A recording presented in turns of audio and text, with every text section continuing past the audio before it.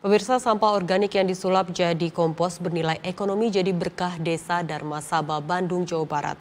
Kompos sampah organik dijual dengan harga terjangkau yaitu Rp1.000 per kilogram dengan kemasan 5 kg dan 25 kg.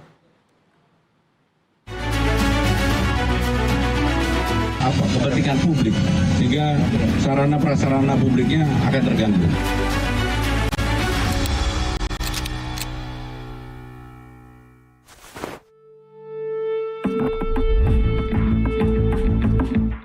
Aksi pencurian kabel kembali terjadi di ibu kota. Kali ini, aksi pencurian menyasar kabel penerangan jalan umum atau PJU yang berada di ruas Jalan Raya Cilincing, kawasan Koja, Jakarta Utara. Paving blok di ruas jalan tersebut rusak usai dibongkar oleh oknum pencuri kabel. Susunan paving blok sepanjang 50 meter itu sempat rusak setelah kabel lampu penerang jalan yang tertanam di dalamnya diambil paksa. Meskipun kondisi trotoar kini sudah diperbaiki oleh Suku Dinas Bina Marga Jakarta Utara, namun aksi pencurian kabel penerangan jalan umum di sepanjang trotoar ini menjadi sebuah ancaman serius terhadap keselamatan warga, mengingat dampak langsungnya yang mematikan fungsi penerangan jalan umum di kawasan tersebut.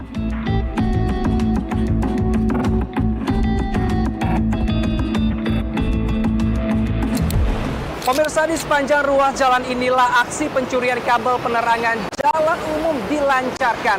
Bahkan nekatnya para pencuri sampai harus membongkar paving block yang berada di trotoar. Meskipun saat ini trotoar sudah dirapikan, namun ini menjadi peringatan bahwa aksi pencurian ini bisa saja terulang kembali di kemudian hari.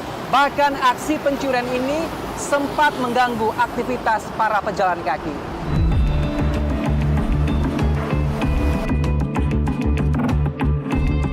Merespon aksi itu, Gubernur DKI Jakarta Pramono Anung dengan tegas menginstruksikan aparat kepolisian menindak tegas pelaku pencurian kabel penerangan jalan umum di kawasan Koja, Jakarta Utara. Aksi ini dinilai sangat merugikan karena mengganggu kenyamanan dan keselamatan warga di ruang publik. Saya sudah meminta untuk dipelajari dan memang kalau memang ada bukti dan kemudian yang melakukan, saya minta untuk diambil tindakan tegas untuk itu, karena yang pertama sangat mengganggu, yang kedua itu kan kepentingan publik, sehingga sarana prasarana publiknya akan terganggu, dan untuk itu diambil tindakan. Pencurian kabel hingga merusak fasilitas umum bukanlah pertama kalinya terjadi di ibu kota. Pengamat tata kota Universitas Trisakti Yayat Supriyatna berpendapat, aksi ini marak terjadi karena banyaknya badan usaha atau korporasi yang tidak membongkar kabel lamanya ketika membuat kabel yang baru. Ditambah kota Jakarta tidak memiliki multi-utility tunnel atau terowongan multi-utilitas terintegrasi untuk mencegah kabel tersebut bisa diambil secara langsung.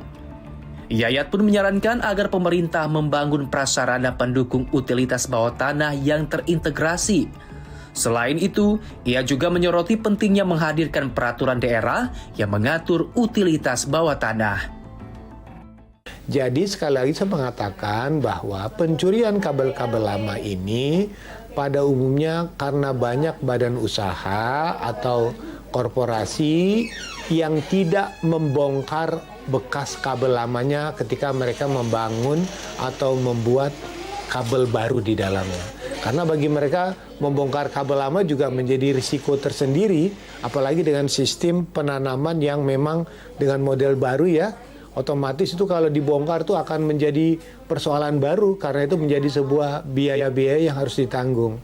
Jadi bagaimana mengatasinya? Ya salah satu mengatasinya adalah dari sisi aturan hukumnya dibuat. Yang kedua dari sisi penyiapan infrastruktur kota yang mendukung pembuatan kabel di bawah tanah dengan sistem yang terintegrasi. Jadi persoalannya siapa yang harus membangunnya itu bisa dari pemerintah atau juga dari pihak swasta. Dan sifatnya memang terkait dengan adanya penyewaan ruang bawah tanah untuk pemasangan utilitas kota. Pencurian, perusakan bisa dicegah di dalamnya. Dilihat dari perspektif pengelolaan kota, pemerintah Provinsi Jakarta menghadapi tantangan besar dalam mengamankan aset publik di wilayah yang sangat luas ini. Staf khusus Gubernur DKI Jakarta Bidang Komunikasi Publik, Ciko Hakim menyatakan Pemprov Jakarta terbuka dalam menerima berbagai masukan strategis untuk mencegah kejadian serupa kembali terjadi. Salah satunya adalah usulan mengenai pembangunan terowongan multi-utilitas bawah tanah yang dirancang untuk melindungi instalasi kabel dari akses ilegal secara langsung. Selain aspek infrastruktur fisik, pemerintah juga menyambut baik masukan terkait penguatan payung hukum melalui pembentukan peraturan daerah atau perda khusus utilitas bawah tanah. Langkah regulasi ini dipandang penting untuk memperkuat pengawasan teknis dan memberikan dasar hukum yang lebih kuat dalam perlindungan aset vital milik rakyat. Terkait dengan pemasangan CCTV itu sedang kita gencar lakukan dan ada penambahan yang memang terus dilakukan dan tentunya kalau dari Dinas Bina Marga arahan dari Bapak Gubernur adalah untuk segera berkoordinasi dengan pihak PLN tentunya untuk kemudian bagaimana caranya secara cepat ini bisa ditanggulangi. Opsi ke depannya yang akan kita lihat mungkin itu menjadi salah satu opsi, tapi yang utama sekarang adalah supaya sebenarnya kan tidak harus sampai kita kemudian mengeluarkan anggaran baru untuk kemudian betul-betul mengawasi. Karena kan yang tinggal di Jakarta ini seharusnya adalah warga yang cukup beradab ya dan juga memahami bahwa apa yang dimiliki oleh Pemprov adalah milik kita bersama. Dan mudah-mudahan kita bisa saling menjaga itu aja sih depannya. Masukan itu tentunya berharga dan pasti akan menjadi pertimbangan dari pihak Pemprov. Kita lihat ke depannya lah apa yang terbaik. Namun yang pasti mitigasi yang kita lakukan sekarang adalah untuk kemudian bagaimana caranya untuk meminimalisir itu sambil menunggu tadi kemungkinan-kemungkinan terkait dengan perda, terkait dengan pembangunan terowongan dan